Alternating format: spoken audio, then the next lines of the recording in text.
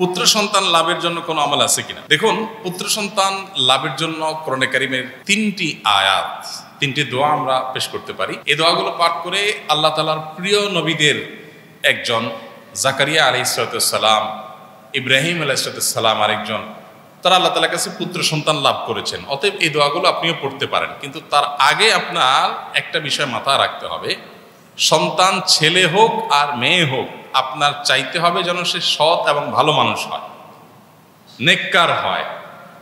আল্লাহ সুবহানাহু ওয়া তাআলার কাছে এই দোয়াগুলোতে আল্লাহর এই নবীগণ নেক সন্তান চেয়েছেন।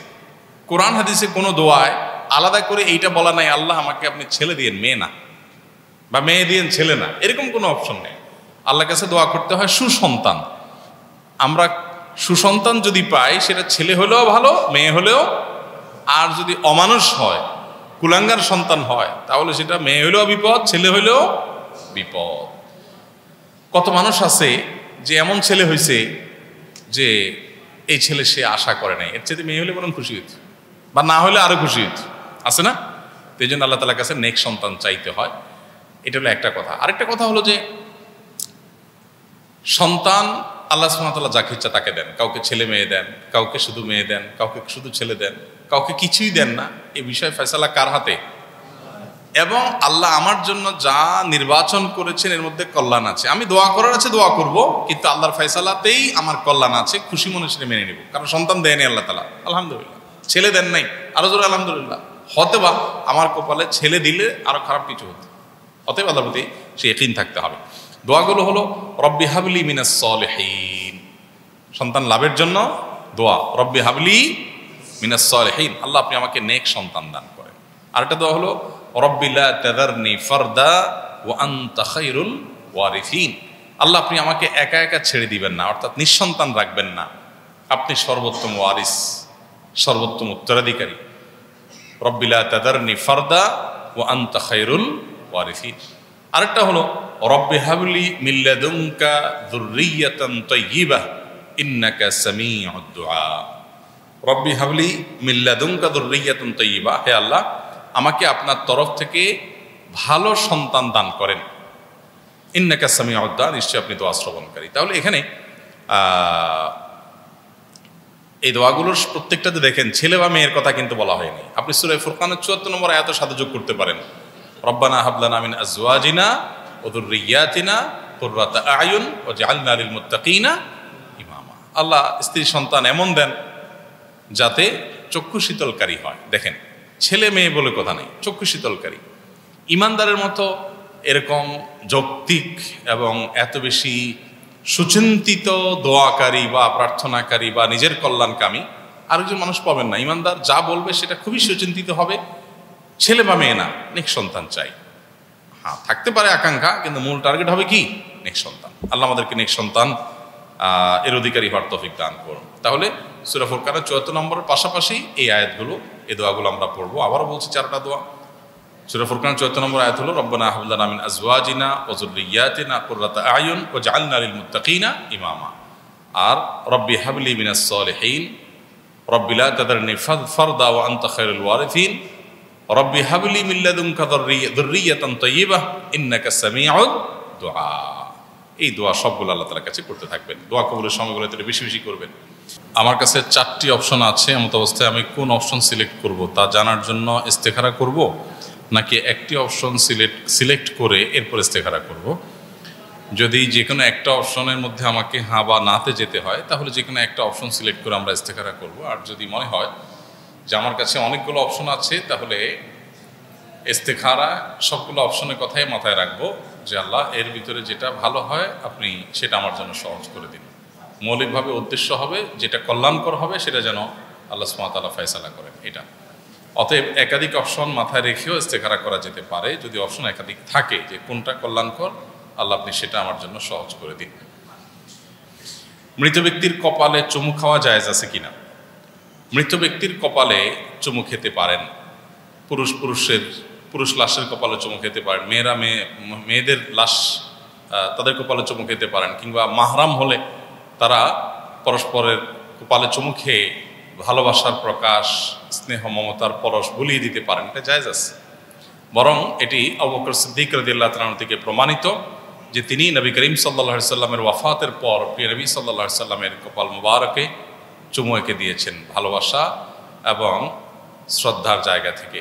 তো সে সমস্ত কারণে আমাদের প্রিয়জন, আমাদের ভালোবাসার মানুষ, আমাদের কাছের কেউ মারা গেলে তার প্রতি ভালোবাসা প্রকাশ করে, স্নেহ মমতা প্রকাশ করে কপালে চুমু দেওয়া, মৃত ব্যক্তির লাশের কপালে চুমু দেওয়াতে কোনো অসুবিধা নেই, শরআন সেটা জায়েজ, বরং সাহাবীদের থেকে সেটা প্রমাণিত।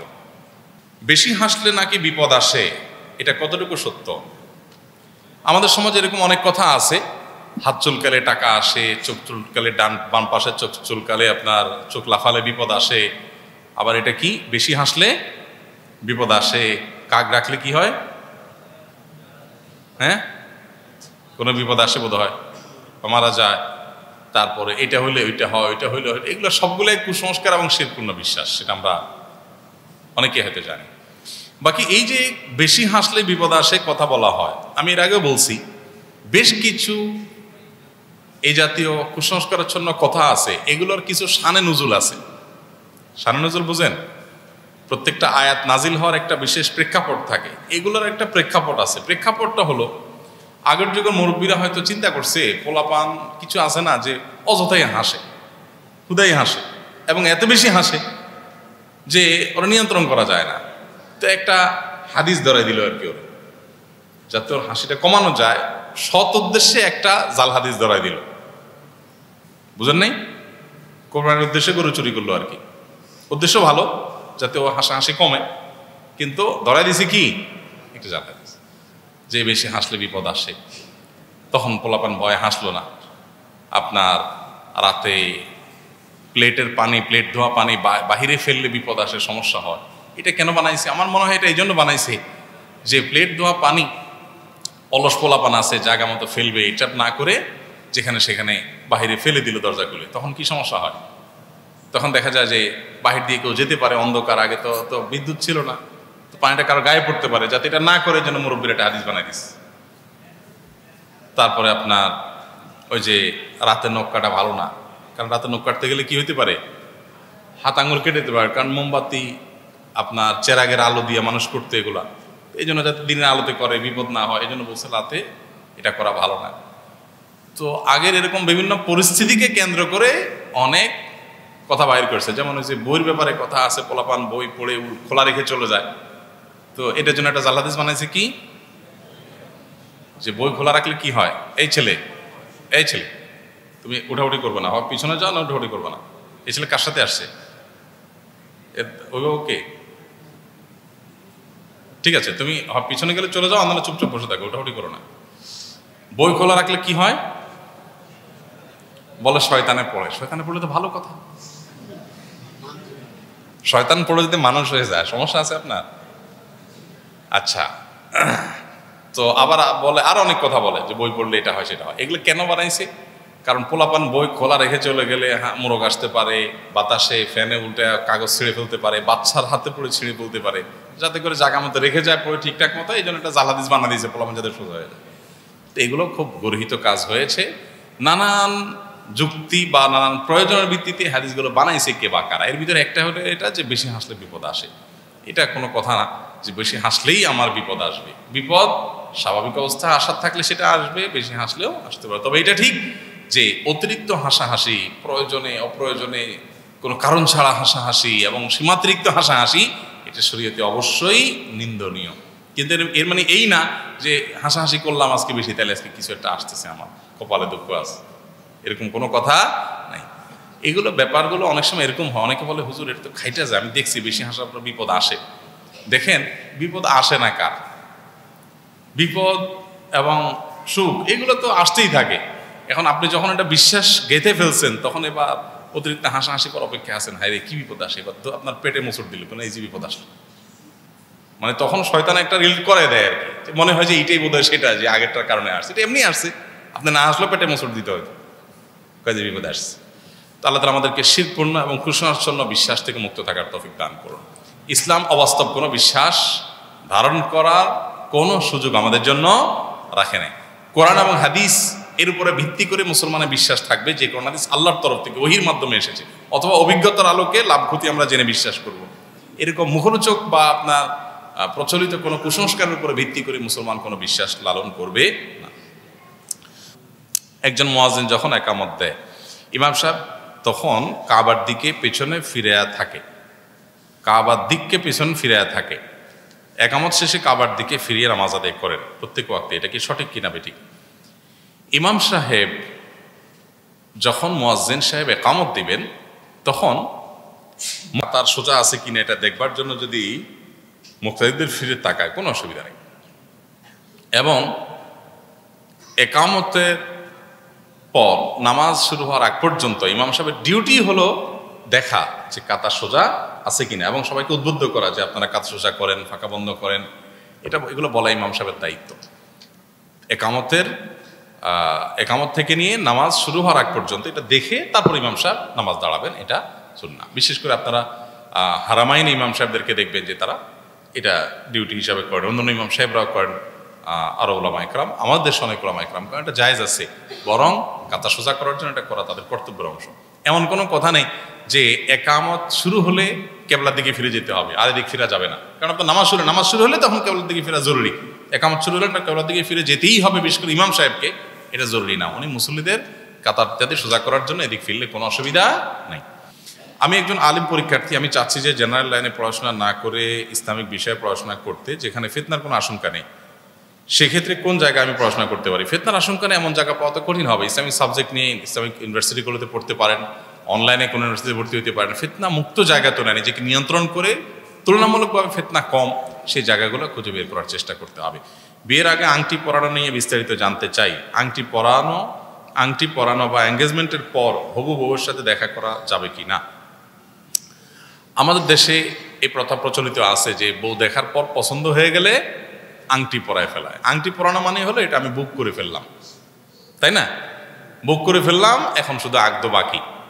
তো আগদ বাকি এরকম অবস্থাতেও তারা গায়রে মাহরামি থাকবে, স্বামী স্ত্রী হবে না যতক্ষণ পর্যন্ত আগদ না হবে, সাক্ষীর উপস্থিতিতে সম্মতি প্রস্তাব এগুলো না হবে ততক্ষণ পর্যন্ত বিয়ে হবে না। আর বিয়ে যতক্ষণ পর্যন্ত আগদ না হবে ততক্ষণ পর্যন্ত যতই আংটি পরাক আর যতই এঙ্গেজমেন্ট করাক, এই বউ সুলভ বা স্বামী সুলভ পারস্পরিক আলাপচারিতা করার কোনো সুযোগ নাই। আমাদের দেশে এই তথাকথিত এঙ্গেজমেন্ট করে 1 বছর ঝুলায় রাখে, 6 মাস ঝুলায় রাখে, এর মধ্যে আলাপ সালাপ শুরু করে দেয়, একদম স্বামী স্ত্রী সুলভ, সম্পূর্ণ হারাম এবং নাজায়েজ। বিয়ে হবে তারপরে সেগুলো হবে। আর এমনিতে আংটি পরানোটা মৌলিকভাবে এটা আমাদের আঞ্চলিক একটা প্রচলন, জাস্ট এটা জানান দেওয়া যে আমরা আত্মীয়তা করতে রাজি, এটাতে মৌলিকভাবে অসুবিধা নাই। এটা জাস্ট একটা কি বলা যেতে পারে আঞ্চলিক একটা সংস্কৃতি, যেটা কোনাদের সাথে সংঘর্ষ নাই। কিন্তু এটা করলে তাকে এবার স্বামী স্ত্রী মনে করা সেটা ভুল, সেটা কোনো সুযোগ নেই। আপনি এক প্রশ্নোত্তরে বলেছেন সালাতে বা সালাতের বাইরে প্যান্টের কাপড়গুলো গুটিয়ে টাকনুর উপর রাখলে সমস্যা নাই। আব্দুল্লাহ জাহির রহমতুল্লাহ বলেছেন কেউ যদি শার্ট বা পাঞ্জাবির হাতা গুটিয়ে রাখে তবে সেটা মাকরু হবে, কারণ রাসূল সাল্লাল্লাহু আলাইহি সাল্লাম সালাতের সময় কাপড় বা চুল গুটিয়ে রাখতে নিষেধ করেছেন। একই যুক্তিতে প্যান্টের বাড়তি অংশ গুটিয়ে রাখলে কেন মাকরু হবে না?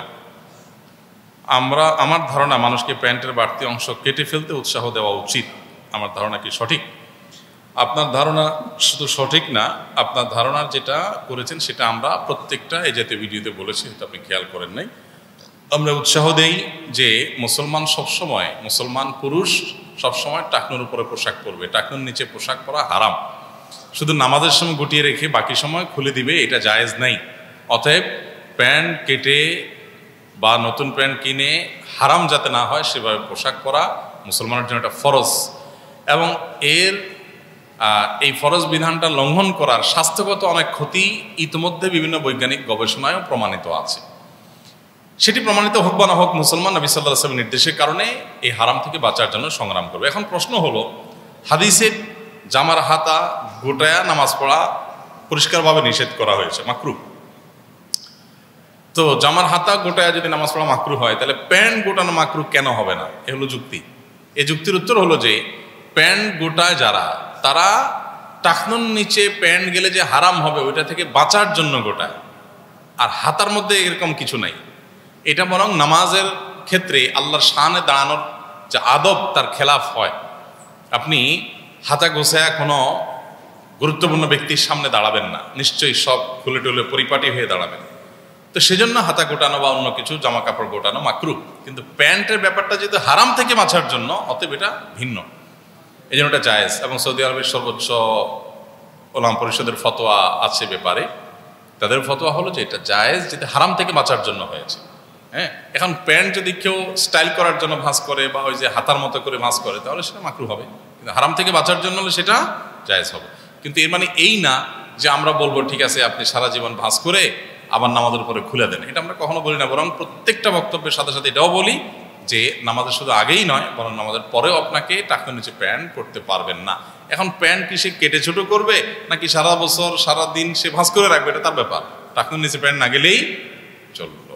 তবে এটা ঠিক যে ভাঁজ করে রাখার চাইতে অবশ্যই কেটে ফেলা উত্তম এবং সেটা উৎসাহ দেওয়া উচিত। বর্তমান সমাজে প্রত্যেক আলেমের বিরুদ্ধে আচরণ করে এবং নিজেকে হক বলে দাবি করে। আমরা কার অনুসরণ করব এবং কেমনে বুঝবো তিনিই সঠিক, অনুগ্রহণ করে জানাবেন। প্রত্যেক আলেমের বিরুদ্ধে করে, কোথায় পাইছেন আপনি? আমি তো বাংলাদেশে আলেমদের মধ্যে মোটা দাগে কোনো বিরোধিতার জায়গায় পাই না, কই? আচ্ছা বলেন তো, বাংলাদেশে আলেমদের মধ্যে আমাদের কেবলা যে কাবার দিকে, এ বিষয় নিয়ে কোনো মতপার্থক্য আছে? কারোর মধ্যে মতপার্থক্য আছে? তাহলে এই বিষয়ে সব আলেমরা এক না? দিনে নামাজ 5 ওয়াক্ত ফরজ, 4 ওয়াক্তও না, 6 ওয়াক্তও না, এই বিষয়ে বাংলাদেশে কোনো আলেমের ভিন্নমত আছে? জোহর নামাজ 4 রাকাত, কোনো মতপার্থক্য আছে? ফজর 2 রাকাত, মতপার্থক্য আছে? মাগরিব 3 রাকাত ফরজ, মতপার্থক্য আছে? আমাদের নবী মুহাম্মদ সাল্লাল্লাহু আলাইহি ওয়াসাল্লাম, অন্য কেউ না, উনি আমাদের নবী এবং আমাদের রাসূল সাল্লাল্লাহু আলাইহি ওয়াসাল্লাম। এরপরে কোনো আলেমের দ্বিমত আছে?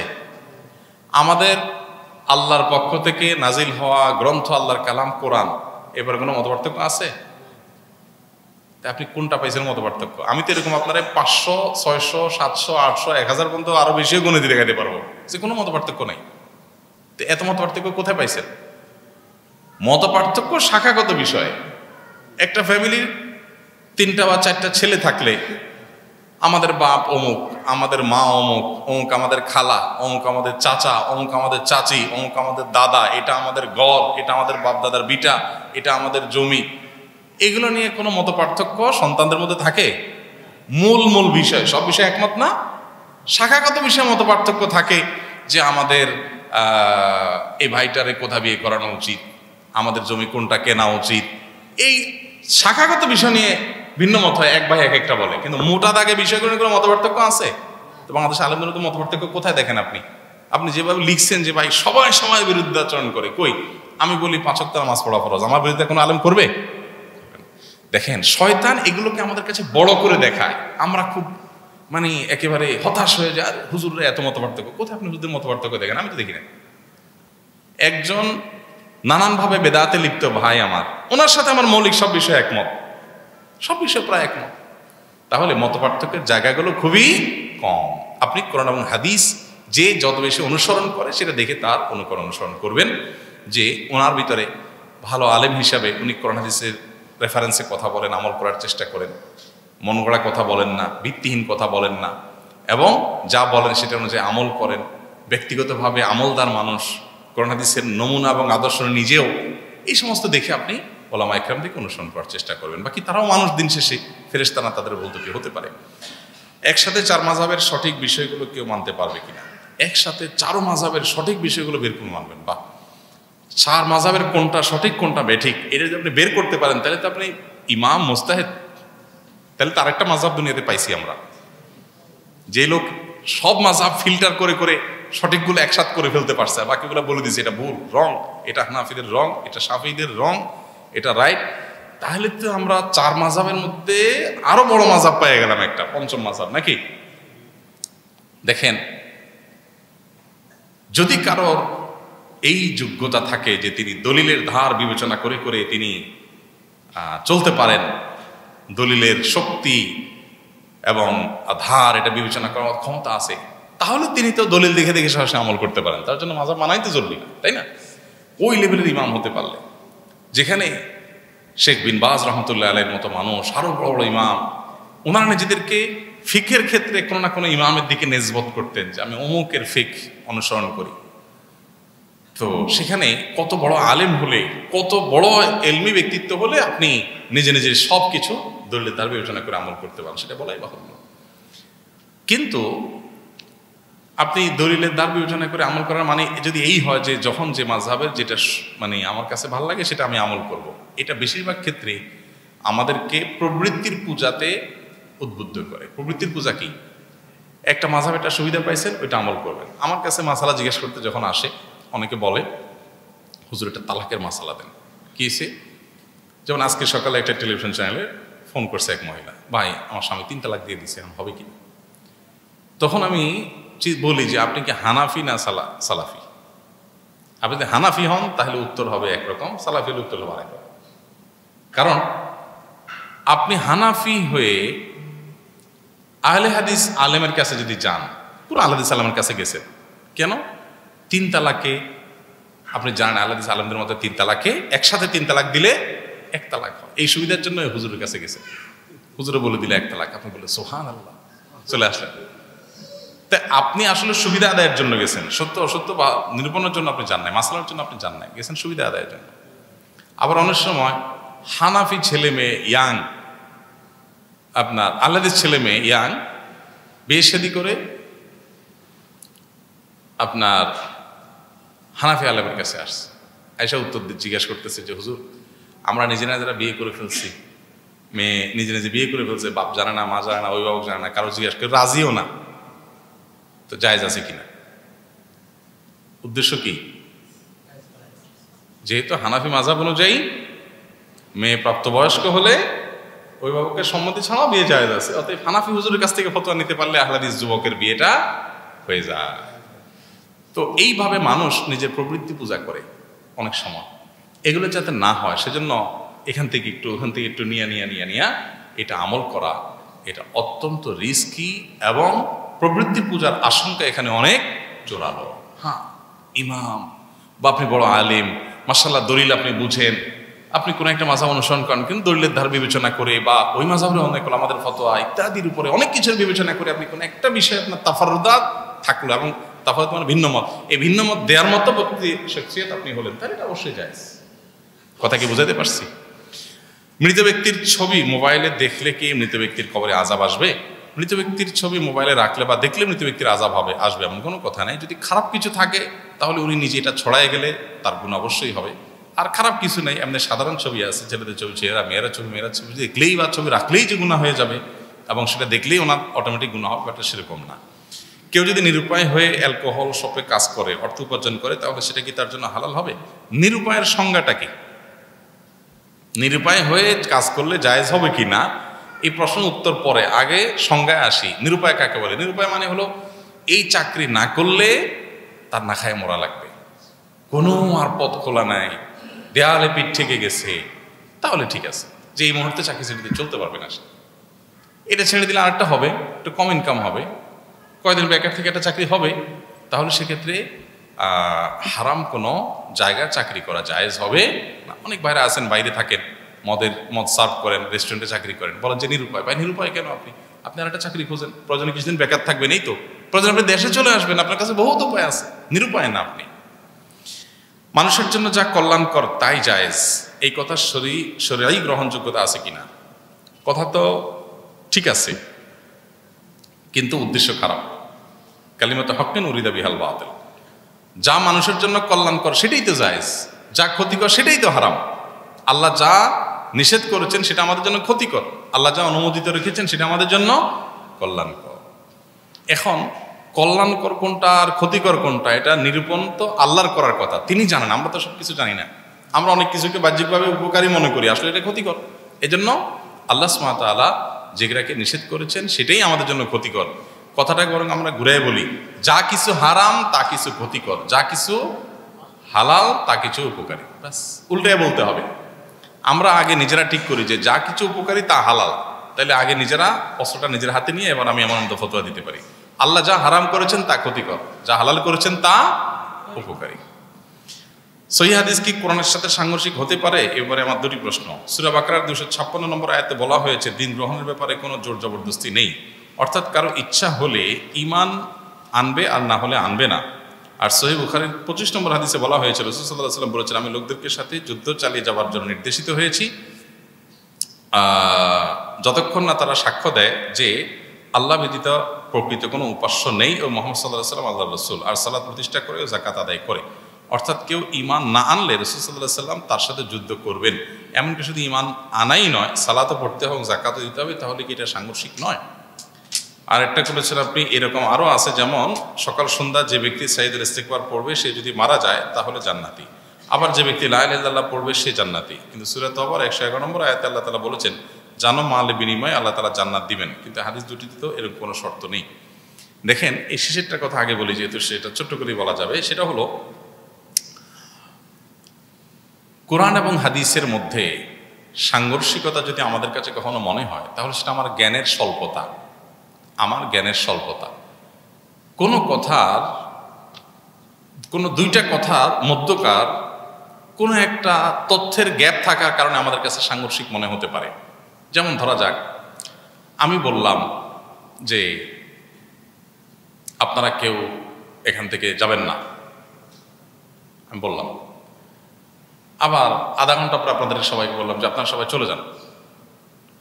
এখন একজন মানুষ যদি আমার এই দুইটা কথা শুধুমাত্র কোট করে বলে যে ভাই, এই লোক একই মুখে দুই রকমের কথা বলছে, সে জুমার দিন জুমার পরে প্রশ্নোত্তর সেশনে বসে সবাইকে বলছে আপনারা কেউ যাবেন না, আবার সে বলছে আপনারা সবাই চলে যান। পাগল নাকি লোকটা?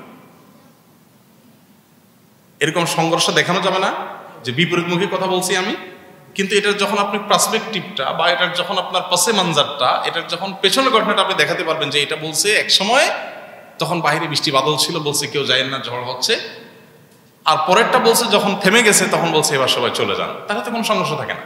ঠিক না বেঠিক? তাহলে দুইটা কথা শুধুমাত্র আপনি সলিড কথা যদি আইনা দেন আর তার ভেতরকার কোনো তথ্যের গ্যাপ থাকে, কোন সময় কোন প্রকৃতিতে বলছে, তখন আপনার কাছে সংঘর্ষ মনে হবে। এভাবে কোরআন হাদিসের বহুত সংঘর্ষ দেখানো যায়।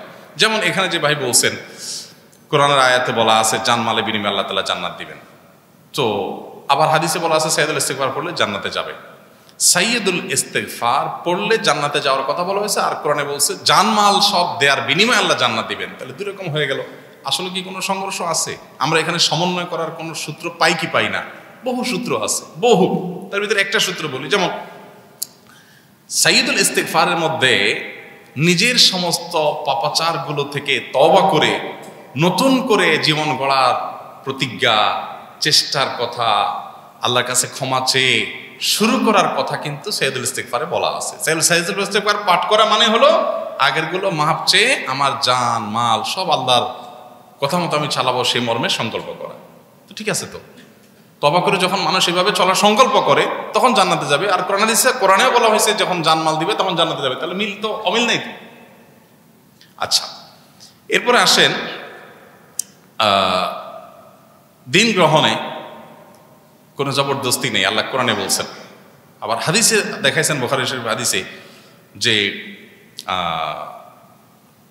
নামাজ না পড়লে, নামাজ না পড়া পর্যন্ত, নামাজ কায়েম না করা পর্যন্ত, কালিমা শাহাদা এটা সাক্ষ্য দেওয়ার আগ পর্যন্ত জিহাদ করে যাবেন রাসূলুল্লাহ সাল্লাল্লাহু আলাইহি ওয়াসাল্লাম বলেছেন। তাহলে দুই রকম হলো।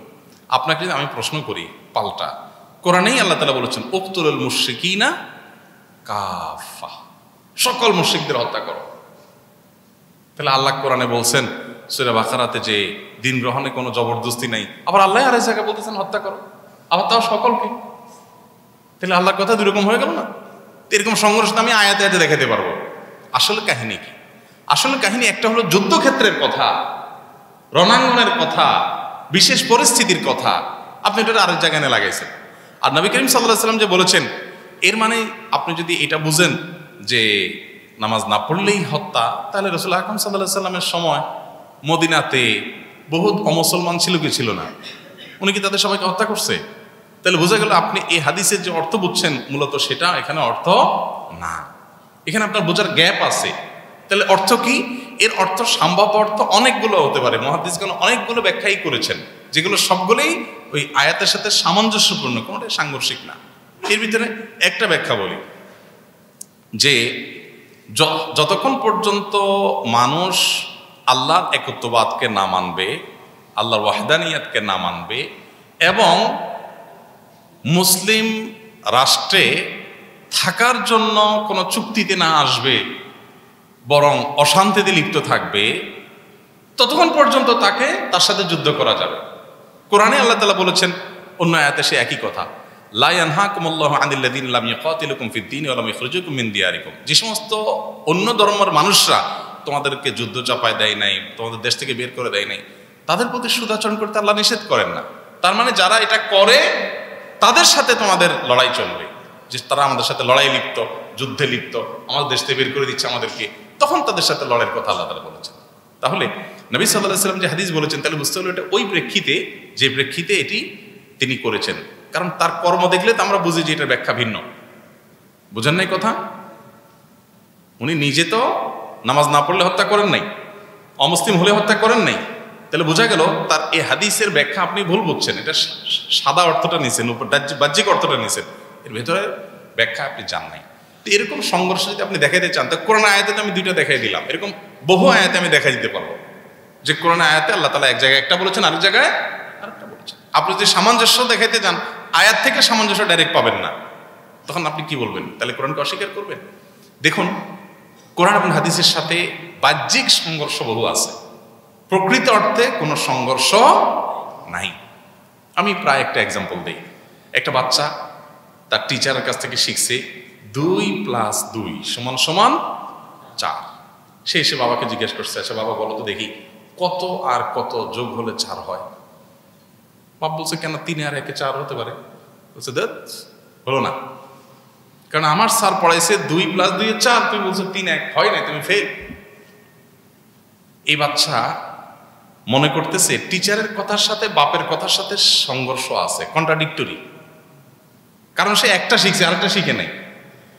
এটাও যে বাহ্যিকভাবে মনে হচ্ছে দুইটা 2, আসলে তো বাহ্যিকভাবে সংঘর্ষই। 3 আর 1 2 আর 2 বাহ্যিকভাবে অমিল না?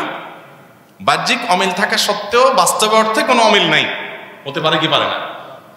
তো কোরআনের সাথে হাদিসের সাথে এরকম আপনার কাছে বাহ্যিক অমিল মনে হচ্ছে, কারণ বাচ্চার মতো আপনি ওই গ্যাপটা জানেন না কিভাবে কভার করবেন, এই জন্য আপনার কাছে সংঘর্ষ মনে হয়।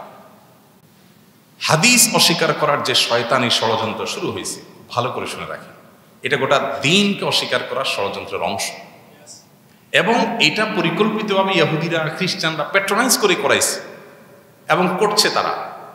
কারণ তারা জানে মুসলমানদেরকে ইসলামের ব্যাপারে বীতশ্রদ্ধ করে ইসলাম থেকে সরানো যাবে না। রসুলকে গালি দিলে মুসলমানরা আরো বেশি ইসলামের কাছে যায়, লাভ নাই। এই জন্য পলিসি তাদের ভিন্ন, যে মুসলমানদেরকে হাদিসের ব্যাপারে সন্দিহান করে ফেলতে হবে, তাহলে একসময় কোরআনের পরে সন্দিহান হয়ে যাবে। কারণ হাদিস যাদের দিয়ে পাইছে, কোরআনও তাদের থেকেই পাইছে, সন্দেহ চলে আসবে। আপনি হাদিস আর কোরআনের সংঘর্ষ দেখাচ্ছেন, আমি তো কোরআনের সংঘর্ষ দেখাতে পারবো, তখন আপনি কি করবেন বলেন? এইভাবে আস্তে আস্তে মানুষ একটা সময় বেঈমান হয়ে চলে যায়। আল্লাহ তাআলা হাদিস অস্বীকারের এই ফিতনা থেকে আমাদের সবাইকে বেঁচে থাকার তৌফিক দান করুন। শেষ প্রশ্ন, আমার বর্তমান বয়স 20 বছর, আমি পরিবারে বলি বিবাহের কথা, তখন আমার পরিবার বলে লিখে দেওয়ার জন্য। আমি একটি কাগজে লিখে পরিবারের সবাইকে আমার মনের কথা জানাই, এরপর তারা সবাই আমাকে অপমান করা শুরু করে।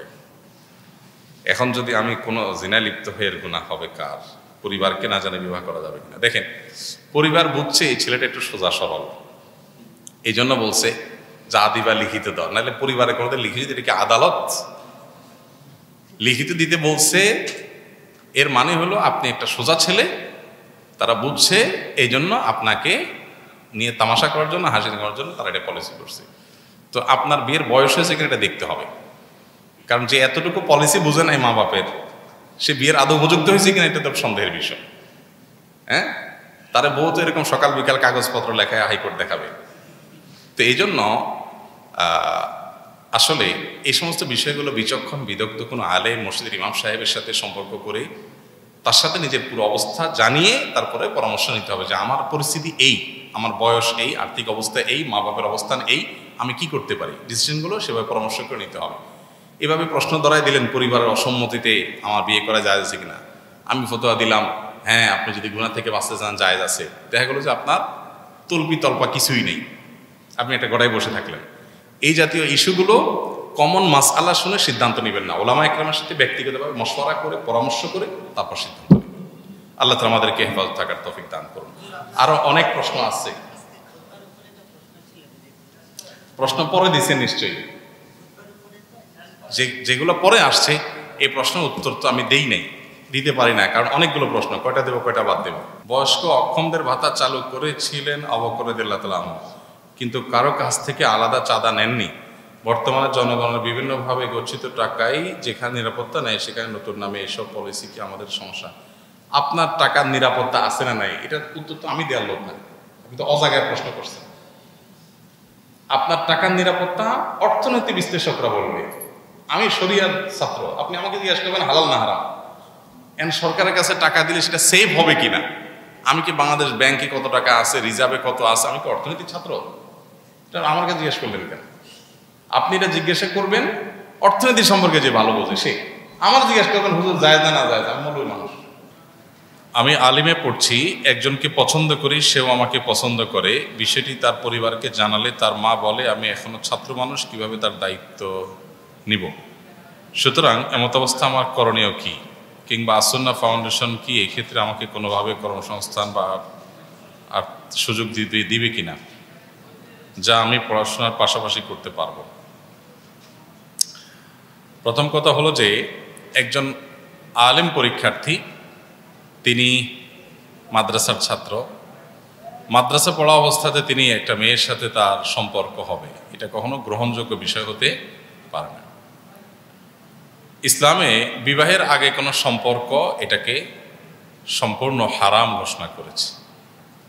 অর্থাৎ এই তথাকথিত রিলেশন বা এই জাতীয় সম্পর্ক এগুলো চলবে না। বিয়ে করবেন, বিয়ের উপযুক্ত হয়েছে, বিয়ে করার জন্য উদ্যোগ নেবেন, আর বিয়ের উপযুক্ত হন নাই, বিয়ে করার মতো অবস্থা নাই, সিয়াম পালন করবেন, নজরে হেফাজত করবেন, গুনাহ থেকে বেঁচে থাকার চেষ্টা করবেন। এই যে ভালো লাগা লাগে আজকাল, বলে যে একজনটা আমার পছন্দ হয়ে গেছে, আমি এখন কি করব? পছন্দ হইল কেমনি? পছন্দ কিভাবে হলো? ব্যাকগ্রাউন্ডটা কি? ব্যাকগ্রাউন্ড হলো তার প্রোফাইলে গিয়ে ঘুরছেন, তার পোস্টে গিয়ে ঘুরছেন, হ্যাঁ, তার পেছনে পেছনে ঘুরঘুর করছেন, তারা দেখছেন, অর্থাৎ বিভিন্নভাবে তাকে আপনি ফলো করে করে করে রোগটা বাদায় নিছেন। বাদায় নিয়ে এবার বলতেছেন যে আমি এখন কিভাবে অপারেশন করবো, আসুন্নাহ ফাউন্ডেশন দিয়ে টাকা পয়সা দেন। তো হলো না। আপনার জন্য রোগ থেকে বেঁচে থাকার অপশন যদি থাকে তাহলে আপনার সেই অপশনটা গ্রহণ করতে হবে। এই জন্য এটা দুঃখজনক যে মাদ্রাসায় পড়েও অনেকেই এ ধরনের হারাম সম্পর্কে জড়িয়ে যাচ্ছেন। হ্যাঁ, এটা ঠিক যে হারাম সম্পর্কে জড়াবার পর অথবা হারাম সম্পর্কে জড়ান নাই আমি যদি সুধারণা করি তাহলে আপনার ভালো লাগছে, কিন্তু ভালো লাগার জন্য তো দেখা দেখি জানাশোনা একটা পর্যায় পর্যন্ত যাইতে হয়েছে। বিয়ের উদ্দেশ্যে আপনি খোঁজাখুঁজি করছেন, তখন আপনি দেখবেন রাস্তাঘাটে দেখে দেখে এরপরে ভালো লাগবে, ফেসবুকে দেখে দেখে ভালো লাগবে, এরপর ভালো লাগার পিছনে দৌড়াদৌড়ি করবেন। এটা কোনো সঠিক বিয়ের কোনো সঠিক পদ্ধতি না। ছাত্র মানুষ, বিয়ের বয়স হয় নাই, বিয়ে করার মতো আর্থিক সঙ্গতি নাই, তো আপনি এখন এগুলো দেখবেনই না। পছন্দ হয়ে গেল অ্যাভয়েড করার চেষ্টা করবেন, কারণ আপনার এটা করার সুযোগ এখন নাই। আর যদি কোনোভাবে পছন্দ হয় এবং সেটা দিনই কারণে হয়, হারাম সম্পর্ক জড়ানো ছাড়াও হয়েছে এরকম মনে হয়, তাহলে সেক্ষেত্রে বিয়ে করার মতো আর্থিক সঙ্গতি না থাকলে রোজা রাখবেন। নবী করিম সাল্লাল্লাহু আলাইহি ওয়াসাল্লাম বলেছেন, মান ইসতাতাআ মিনকুমুল বাআতা ফালিয়াতাযাওয়াজ ওয়া মান লাম ইসতাতি' ফাআলাইহি বিস-সাওম ফাইন্নাহু লাহু বিজা। যে বিয়ে করার আর্থিক সঙ্গতি রাখে না তার জন্য পরামর্শ নবী সাল্লাল্লাহু আলাইহি ওয়াসাল্লাম দিয়েছেন রোজা রাখার। সে রোজা রাখবে, নিজেকে নিয়ন্ত্রণ করার ট্রেনিং নিবে এবং নজর হেফাজত করে চলতে হবে ইনশাআল্লাহ তাআলা। মেয়ের মা যে বলছে যে ছেলে মানুষ কেন কিভাবে বিয়ে করবে? ঠিক আছে, তো মোহরের টাকা দিতে না পারলে আপনি বিয়ে কিভাবে করবেন? হ্যাঁ, যদি ছাত্র মানুষ এর পাশাপাশি আপনি মোহরের টাকা জোগাড় করছেন, ডাল ভাতের জোগাড় করতে পারেন, তাহলে অবশ্যই বিয়ের দিকে আগায় যাবেন। ঠিক আছে। আর আসুন্নাহ ফাউন্ডেশন এই বিয়ে দেয়াদের কাজ, আপনার সম্পর্ক করবেন সেটা যাতে সহজ হয়, ওই কাজ আসুন্নাহ ফাউন্ডেশন এখনো কোনো প্রজেক্ট নাই হাতে। ফাউন্ডেশন যৌতুকমুক্ত বিবাহের জন্য উৎসাহ দেওয়া, প্রেরণা দেওয়া, ক্যাম্পেইন করা এবং সার্বিক উদ্যোগ নেওয়া, এই কাজগুলো ফাউন্ডেশন করে। আল্লাহ রাব্বুল আলামিন আমাদেরকে গুনাহ থেকে বেঁচে থাকার তৌফিক দান করুন এবং আমরা যখনকার কাজ তখন করব। বিয়ে করা, ছাত্র জীবন শেষ হবে, পড়াশোনা করব, একটা নির্দিষ্ট সময় আসবে, বিয়ে শাদী করবো, কাজ কামে লাগবো, আগে ভাগে এখন সব সময়ের আগে পেকে যাচ্ছে, হাইব্রিড। যার কারণে যে ছাত্র জীবনে এক একটা বাধাই নিয়ে এরপর এখন অস্থির হয়ে এবার আল্লাহর ভয় একটু আছে, এখন কিভাবে হালাল পদ্ধতিতে আসবেন জানতে চাচ্ছেন, যথাসম্ভব লড়াই করে নিজেকে হারাম থেকে বাঁচায় রাখবেন যে আমার এটার এখনো সময় হয়নি, আমি ডাল ভাত জোগাড় করার ব্যবস্থা হয়ে গেছে আলহামদুলিল্লাহ, তখন উদ্যোগ নেব, সেটা ভিন্ন কথা। জি, আপনি আপনার ছেলের বিয়ের ব্যাপারে কি ভাবছেন? অনেক বাবা মাই আপনাকে অনুসরণ করেন এবং আপনার কথাগুলো মানার চেষ্টা করেন। আপনার সন্তানের বিয়ের পরিকল্পনা অর্থাৎ কবে কিভাবে দিবেন সেটা শেয়ার করলে হয়তো অনেক অভিভাবক চিন্তাধারা পরিবর্তন করতেন। এটা তো আমাদের কমন কথা, বিভিন্ন জায়গায় আমাদের বলা আছে যে উপযুক্ত হওয়ার পর নবী করিম সাল্লাল্লাহু আলাইহি ওয়াসাল্লামের নির্দেশ আছে যাতে বিবাহের ক্ষেত্রে বিলম্ব না করা হয়। সন্তানরা বিয়ের উপযুক্ত হয়ে গেলে তাদেরকে উপযুক্ত পাত্রপাত্রী পেয়ে গেলে আর যেন বিলম্ব না করে, এটা নবী সাল্লাল্লাহু আলাইহি ওয়াসাল্লামের নির্দেশ দেওয়া আছে। এরপর আর আমাদের কোনো নির্দেশনা আর আমাদের কোনো আলাদা পলিসি থাকতে পারে না বা থাকা উচিত না, বা সেটা দেখারও কোনো প্রয়োজন নাই। বিবাহের সুন্নতি পদ্ধতি সম্পর্কে বিস্তারিত জানতে চাই। বিয়ে নিয়ে এত প্রশ্ন, মরণ নিয়ে তো এত প্রশ্ন বেশি দেখে না যায় না, বেশিরভাগ যুবক, সেজন্য মৃত্যুর চাইতে বিয়েটাই বেশি চোখের সামনে ভাসে না। যাই হোক, বিবাহের সুন্নত পদ্ধতি নিয়ে আলোচনা করতে গেলে তো অনেক দীর্ঘ আলোচনা করতে হবে, সে সুযোগ নেই। আমরা সংক্ষেপে শুধু কয়েকটা পয়েন্ট বলতেছি। নাম্বার 1, বিয়ের ক্ষেত্রে সর্বপ্রথম যে বিষয়টি দেখতে হবে তা হলো পাত্র পাত্রী উভয় পক্ষ দিনদারিতাকে সবকিছুর উপর অগ্রাধিকার দিয়ে আগানোর চেষ্টা করবে। ধার্মিকতাকে দেখুন, ধার্মিকতা মানে দাড়ি টুপি না, ধার্মিকতা মানে বোরকা না, শুধু এগুলো ধার্মিকতার এক একটা পার্ট মাত্র। আসল ধার্মিকতা হলো সে আসলে আল্লাহর কাছে নিজেকে সারেন্ডার করছে কিনা, সে কোরআন হাদিসের সামনে নিজেকে সমর্পণ করছে কিনা। যে কোরআন হাদিসের নির্দেশ আসছে সে থেমে গেছে। ওই যে কদিন আগে কেওয়াজ উঠছে না, নারী কিসে আটকা, পুরুষে কিসে আটকা। দেখতে হবে এই পাত্র এই পাত্রী কোথায় গিয়ে থামে, কিসে আটকে। যদি দেখেন যে সে আল্লাহ এবং তার রাসূল সাল্লাল্লাহু আলাইহি সাল্লামের কথা শোনার পর আটকে যায়, বাস আমার আর কিছু নাই, সে অনেক তেড়ামি করতেছে, আপনি আল্লাহর ভয় দেখা দিয়েছেন, সাথে সাথে থেমে গেছে। সে একটা হাদিস পেয়ে গেছে, তার তেড়ামের বিপরীতে সে সাথে সাথে সরি বলে ফেলছে। তাহলে এই হলো দিনদারিতা, যে ভেতর থেকে আল্লাহর কাছে কি করা, নিজেকে সমর্পণ করে দেওয়া। এইরকম মানুষ যদি জীবনে পান তো এটা আপনার জীবনে বিরাট বড় একটা সম্পদ। এখন এটা কিভাবে বুঝবেন? এটা বোঝার জন্য তার পুরো লাইফস্টাইলটা দেখতে হয়, যে সে হালাল হারাম কতটা মেনটেন করে, তার রাগ, তার গোস্বা, তার ক্রোধ, তার জেদ, তার ভালোবাসা, তার বিদ্বেষ, তার শত্রুতা, তার দান না করা, তার বন্ধুত্ব, সব কিছু সে নিয়ন্ত্রণ করে কোরআন হাদিসের কষ্টি পাথর দিয়ে করে কিনা। যদি করে আলহামদুলিল্লাহ, সে কোরআন হাদিসকে নিজেকে সমর্পণ করেছে। এই হলো প্রকৃত দিনদারি। তাহলে এটা দেখে বিয়ে করতে হবে, এটা হলো প্রথম দিক। আপনি রূপ লাবণ্য অন্য কিছু দেখেন না দেখেন, কিন্তু ওইটা মূলে দেখবেন। পাশাপাশি এবার রূপ লাবণ্য দেখেন, অন্য অন্য জিনিস দেখেন, ঠিক আছে। অনেক সময় ম্যাচ করবে কিনা, ফ্যামিলিগত বন্ডিং হবে কিনা, আঞ্চলিকতা, অন্যান্য দিকও দেখতে হয়, সেগুলো দেখেন। কিন্তু মূল বিষয় দেখবেন কি, দিনদারিতা, ধার্মিকতা আছে কি নেই। এই ধার্মিকতা বুঝতে গিয়ে অনেক সময় অসুবিধা হয়। অনেক দিন মেয়ে ছেলে নামাজ পড়ে, দাড়ি রাখে, হ্যাঁ, টুপি একটা দিছে, জুব্বা পরে, মনে করছে দিনদার, তলে তলে যায় দেখে যে চরিত্রহীন। আবার মেয়েরে বোরকা পরা দেখছেন, মাদ্রাসা পড়ুয়া দেখছেন, এরপর দেখলেন যে দুইটার সাথে সম্পর্ক, অথবা দিনের ধারে কাছে নেই। তো এই জন্য প্রকৃত দিনদারি কি এটা বোঝার চেষ্টা করা, ভেতর থেকে সে আসলে দিন কি কতটা গ্রহণ করেছে এটা দেখা দরকার। এক। দ্বিতীয়ত হলো আদর্শ সুন্নাহসম্মত বিয়েতে মহর হবে সহনীয় পর্যায়ের। মেয়ে পক্ষ জুলুমের মহর ধরবে না, সহনীয় পর্যায়ে মহর ধরবে। যে মহরটা ছেলে দিতে পারে, যৌক্তিক 10 লাখ 20 লাখ ধরলো, ছেলেরে আপনার মুড়ির মতো ভাজলেও 10,000 বাইর হবে না। তাহলে কি লাভ হবে? মহর ধরবেন সহনীয় এবং যৌক্তিক, যেটা ছেলে দিতে পারে। দিতে পারবে না অযৌক্তিক মহর ধরে বসে থাকবেন, এটা হবে না, এটা সুন্নাহ সম্মত না। নবী সাল্লাল্লাহু আলাইহি ওয়াসাল্লামের বহু হাদিস আছে এই প্রসঙ্গে, সাহাবায়ে কেরাম থেকে অনেক হাদিস বর্ণিত আছে। ইন্না আযমান নিকাহে বারাকা আইসারুহা মাউনা, যে বিয়ের খরচ কম হয়, মহরের পরিমাণ সহনীয় হয়, সহনীয়, কম বলতে সহনীয়, কম না, সহনীয়, সে বিয়ে বরকতময় বেশি হয়। এই জন্য আজকাল দেখবেন যে মহরের ফিগার বিশাল বড় বড়, কিন্তু বিয়ে টিকে না, তাই না? মানে মনে করে যে বেশি মহর ধরলে বিয়ে টিকবে, আরো টিকে কম বড়। এই জন্য মহর সহনীয় হওয়া দরকার। 2। 3 নম্বর হলো যৌতুক মুক্ত বিয়ে করা। যৌতুক ছেলে চায় না, মায়ে চায়, বাপে চায়, চাচা চাচিরা খোঁচায়, প্রতিবেশীরা বলে, এলাকাবাসীরা বলে, এই জন্য ছেলে অনেক সময় চুপচাপ থাকে। এক্ষেত্রে স্ট্রং হওয়া যে না, যৌতুক চুল পরিমাণ যৌতুক আসতে পারবে না, যৌতুক মুক্তই হতে হবে বিবাহ। এই দেশে যৌতুকের যে অভিশাপ, এটা এদেশের রগে রগে শিরায় উপশিরায় ছিল এদেশে। কারণ যে হিন্দুদের মধ্যে এবং কোনো কোনো আমাদের পার্শ্ববর্তী ভারতের আপনার কোনো কোনো অঞ্চলে তো এমনও আছে যে আপনার মেয়ে হয়েছে মানে তাকে বিয়ে দেওয়া হলো একটা জীবনের সবচেয়ে কঠিন কাজগুলোর একটা। এত গহনা দিতে হয়, টাকা দিতে হয়, যৌতুক দিতে হয়। তো সেই সমস্ত তাদের প্রথাগুলো আমাদের মধ্যে এমনভাবে এসে গেছে যে মুসলমানরাও যৌতুক নির্ভর হয়ে গেছে। এই দেশকে যৌতুক মুক্ত করার পেছনে প্রধান এবং বলতে পারি একমাত্র অবদান হলো আলেম ওলামাদের। ওলামা একরাম ওয়াজ মাহফিলে মিম্বরে যৌতুকের বিরুদ্ধে যেভাবে সংগ্রাম করেছেন, সেই সংগ্রামের ফসল হিসাবে যৌতুক আলহামদুলিল্লাহ এদেশ থেকে অনেকটাই চলে গেছে। নামক আছে যেটুকু আছে এটুকুও চলে যাবে।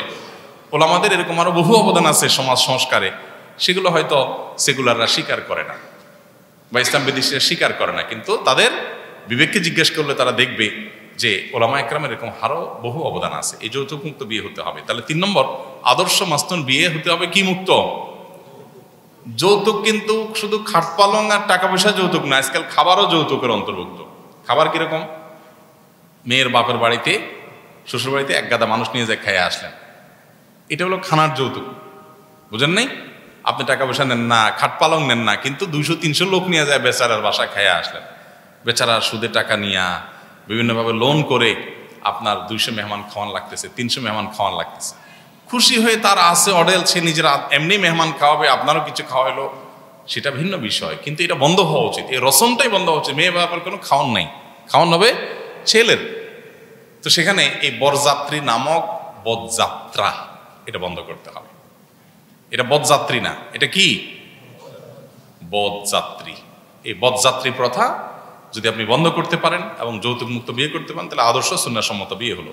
নাম্বার 4, সুন্নাহসম্মত বিয়ের জন্য পর্দা নিশ্চিত করা জরুরি, এবং সেটা মেয়ে দেখা থেকে নিয়ে বিয়ের আনুষ্ঠানিকতা শেষ হওয়া পর্যন্ত সকল ক্ষেত্রে পর্দা লঙ্ঘন হয় আমাদের সমাজে কম বেশি। বিশেষ করে অনেক লোক আছে নামাজ কালাম পড়ে, নিজেরা পর্দা করে, বিয়ের সময় বলে যে আর বিয়ের সময় একটু আধটু না করলে হয় নাকি, আর বিয়ের সময় একটু আধটু করা যায়। মুসলমানের জীবনে একটু আধটু বলতে 20 কি একটু আধটু খাওয়া যায়? কি বলেন? কারেন্টে একটু আধটু হাত দেওয়া যায় ডাইরেক্ট লাইনে? তাহলে হারাম হারাম, সেটা একটু আধটু বলতে কোনো কিছু নাই, কখনো করা যায় না। তো এই জন্য মেয়ে দেখতে যাবেন, সেখানে আপনার দুলাভাইরে মেয়ে দেখাবেন, আপনার বন্ধু বান্ধব নিয়ে মেয়ে দেখতে যাবেন, পর্দাহীনতা জায়েজ নেই। আপনি দেখবেন, আপনার ফ্যামিলি মেয়েরা দেখবে, আর কেউ না, আর কোনো পুরুষ না আপনার ফ্যামিলির। এরপরে যে বিয়ের অনুষ্ঠানে সেখানে মেয়ে পুরুষ ঢলাঢলি, মাখামাখি, পর্দা লঙ্ঘন, হ্যাঁ, ছেলেরে বসা রাখবেন মূর্তির মতো, মেয়েরা এসে পাশে দাঁড়ায় ছবি নিল, মেয়েরে বসা রাখলেন মূর্তির মতো, সেখানে ছেলেরা সবাই দেখলো। বিয়ে করলেন আপনি, মোহর দিলেন আপনি, মেয়েটারে সাজায় গোজায় প্রদর্শন করে দেখতে দিলেন সবাই। কত বড় নির্বুদ্ধিতা বলেন! এটা কোনো কথা? বউটা আপনার, পয়সা খরচ করলেন আপনি, আর দেখালেন গোটা দেশে মানুষ সাজায় গোছায়, বলে তোমরা দেখো, চোখের তোমাদের যে আকাঙ্ক্ষা আছে সেটা মেটাও। এটা কোনো বুদ্ধিমানের কাজ হতে পারে? তো এই জন্য পর্দা নিশ্চিত করা। 5 নম্বর এবং গুরুত্বপূর্ণ একটা পয়েন্ট হলো গান বাদ্য মুক্ত বিয়ে, হারাম গান বাদ্য মুক্ত বিয়ে। এই যে মিউজিক দিয়া ঝাঁকানাকা আপনার ব্যান্ড পার্টি আনা ছাড়া বিয়ে তো আজকাল চিন্তাই করা যায় না।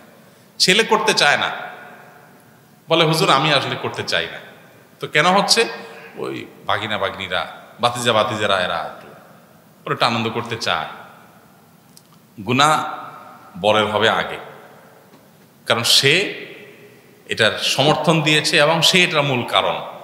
এজন্য গান মুক্ত বিয়ে, এটা আজকাল চিন্তা করা কঠিন হয়ে যায় যে আরে মিউজিক ছাড়া কেমনে বিয়ে হয়? বিয়ে হবে সারা রাত ধরে মিউজিক হচ্ছে এলাকাতে।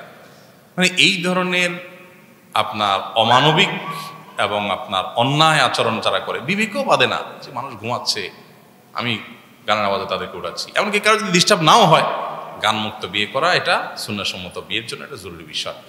6 নম্বর এবং গুরুত্বপূর্ণ একটা বিষয় হলো বিয়েটাকে সহজ করতে হবে। বিয়েটা কি করতে হবে? সহজ। উভয় পক্ষের জন্য সহজ। ছেলে পক্ষ মেয়ে পক্ষকে বলে দিবে বেঈ সাহেব, বেঈন সাহেব, আরো যে সাবরা আছেন শুনে রাখেন, কোনো টেনশন নেবেন না, কোনো দোষ দরাদরি নেই। বাস আপনারা আপনাদের মতো চেষ্টা করবেন ভালো করার, আমরা আমাদের মতো চেষ্টা করবো ভালো করার। বিয়েতে দোষ দরাদরি এত বেশি হয়, এটা হয়েছে কেন, ওইটা খাইছে কেন, এটা এদিক বাঁকা হয়েছে কেন, ছেলের পক্ষ মেয়ের সাজার মধ্যে এইটা দিল না কেন, ওই আইটেম বাদ হইলো কেন, ছেলে বাঁকা হয়ে বসছে কেন, সোজা হয়ে বসছে কেন, এই কথা বলছে কেন, ছেলের বাপে দেরি করছে কেন, মেয়ের বাপে কথা ঠিক রাখে, এই রে বাপ রে বাপ, অমুকরে আগে বলছে কেন, তমুকরে পরে বলছে কেন। মনে করেন দাওয়াত দিছেন, তো দোষ ধরবে, দাওয়াত দিছেন সেই কবে বলে রাখছেন আর একটু মনে করার নাই, আবার মনে করাইছেন, দোষ হবে যে ভাই বলছেন তো একবার, এতবার বলার তো কিছু না, একটা বিয়া, আর বলেন নাই তো কথাই নেই, ভাই বলেনই নাই, আমাদের মানুষ মনে করে। এই যে দোষ ধরাধরি আমাদের দেশে এত অনাচার বিয়াকে কেন্দ্র করে, এটা সহজ করতে হবে ভাই, কোনো দোষ ধরাধরি নেই, প্রত্যেকে রিল্যাক্স এবং হালকা করে দিতে হবে। আপনি আপনার আত্মীয়কে, নতুন আত্মীয় হচ্ছে বেঈসা বেন সবকে হালকা করে দেন, বিয়ে বরকতময় হবে ইনশাআল্লাহ। আল্লাহ তাআলা আমাদেরকে সুন্নাহসম্মত বিয়ে সম্পাদন করার তৌফিক দান করুন।